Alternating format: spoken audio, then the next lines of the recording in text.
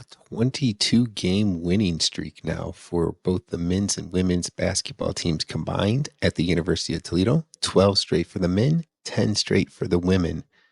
All of that and what's left in the regular season coming up on today's episode. Welcome back to the Toledo Rockets Podcast, and I am your host, Brian Nowicki. And today we're going to recap the last game for the men's and women's basketball teams at Toledo. On Tuesday night, the men defeated Akron 84-63 at Savage Arena. It was the 12th straight victory for the men's team. They're now 13-2 in the Mid-American Conference, 22-6 overall. At 13-2, they maintain a 1-game lead over Kent State and a 2-game lead over Ball State and Akron. If the season ended today, the Rockets would be the number 1 seed in the MAC tournament. All right, looking at the game, Cedric Milner and JT Shoemate led the team with 20 points apiece. Ray J. Dennis added 17 points, and Dante Maddox and Raheem Moss each added 8 points themselves. Just a dominating win for the Rockets in this game. They led, pretty much from the start and really at home took control of this game, defeating Akron, like I said, 84-63. Akron was just a game behind Toledo, so the victory puts Toledo 2 games ahead of Akron, and they maintain a 2-game lead on Ball State and a 1-game lead on Kent State with just 3 more conference games left in the regular season before getting to the MAC tournament. And you look at those remaining games, they have a game, first of all, this Saturday at 2 p.m. in Savage Arena against Buffalo. And then they will travel to Central Michigan on Tuesday and then finish out the last game at Ball State on Friday, March 2nd. That game will be televised nationally on CBS Sports Network at 6 p.m. Eastern. That's going to be a big one. Ball State currently at 11-4, 2 games behind Toledo. And, if Toledo is able to win these last 3 games, that assures them of the number 1 seed in the MAC tournament, as they are still a game ahead of Kent State right now. And you look at the remaining opponents for basically Ball State, Kent State, and Akron, Toledo probably has the best finishing group of 3 games, and they have the lead over Kent State and Ball State and Akron. So if we look at things, Akron probably has the toughest road ahead with 3 games to go now.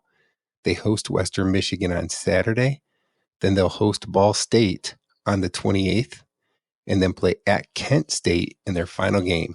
So those 2 games against Ball State and Kent State are going to be pretty tough games for Akron, who already at 11-4 are 2 games behind the Rockets in the standings.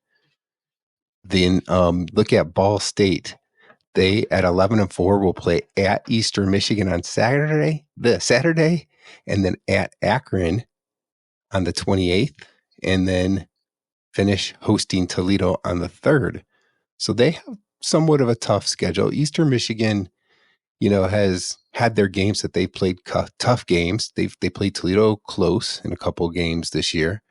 And then, of course, at Akron and then home against Toledo. So Ball State has a fairly tough schedule remaining as well.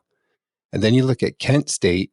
Theirs isn't quite as tough. They play at Bowling Green Saturday. Then they are home against Ohio and then home against Akron. Of course, they lost at Akron earlier this year, and that's a rivalry game for them. So playing them at home will be interesting to see how that goes. Kent State at 12-3 is just a game behind Toledo. So, they could very easily win all 3 games, and that's why it's pretty key for Toledo to win out on their last 3 games against Buffalo, Central Michigan, and Ball State. They hold their own destiny at 13-2 in the conference. They win out those 3 games. They are the number 1 seed. At worst, they're still a top 4 seed. You got Ball State and Akron right there. At this point, they've beaten Akron twice. It'll be really hard for Akron to catch them. But Kent State and Ball State really still have the opportunity, especially since they play Ball State. But for Toledo, it's really about just taking it one game at a time here, winning the last 3 games. Then you're sure yourself that you got the number 1 seed. You're in the best position possible going into the MAC tournament. All right, so that's the men's side of things. Now let's take a look at the women's team. And on Wednesday night here, they won a tough one at Akron, 80-76. So Akron's not a bad team themselves, but Toledo just got their 10th straight victory. So, when you look at the men's with the men's team with the 12 straight wins and now the women's team with 10 straight wins, that's 22 straight wins combined between the men's and women's basketball teams at Toledo. Just incredible stretch run for both the men and women team here down the stretch in the MAC conference play. So looking at it, like I said, 10th straight win, but Toledo trailed in this game against Akron by 13 points at one point in the first half.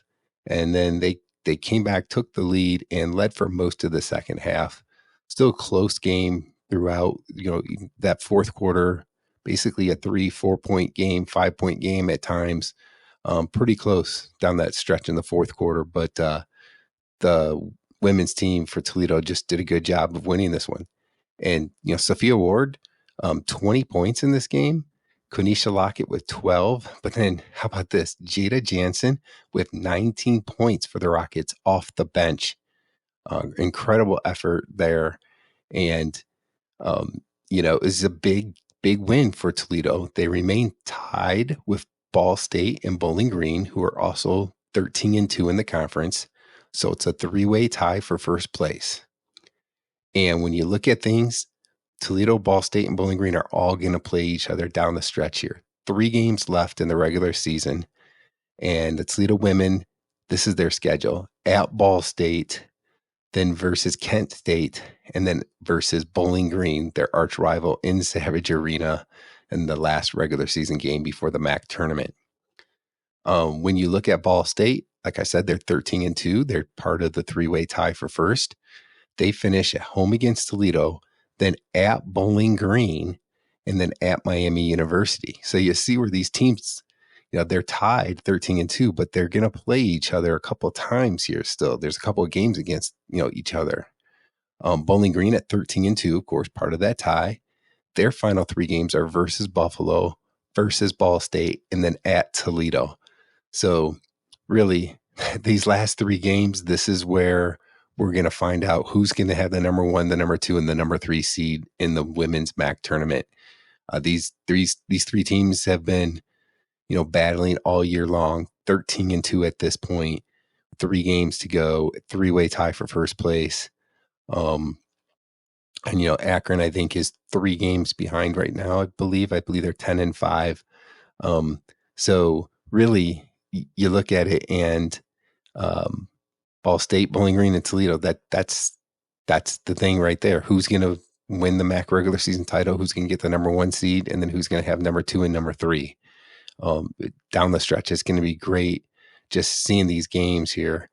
They play each other. So Toledo has to play Ball State and Bowling Green, yet Ball State has to play Toledo and Bowling Green. Bowling Green has to play Ball State and Toledo. So 2 of the 3 games for each of these teams are against the other 2 teams they're tied for first place with. So that's going to make it interesting here down the stretch. This next, basically week and a half, 2 weeks here is going to be pretty exciting for women's basketball in the MAC. And, we'll see if Toledo can continue to win. They're at 10 straight victories, and Coach Kolop has his team playing very well. And it'll be very interesting to see. And then, we get to the MAC tournament, and we'll see how things go there as they have their quest, to try and get the NCAA tournament bid with if they can win the MAC tournament, get the automatic bid.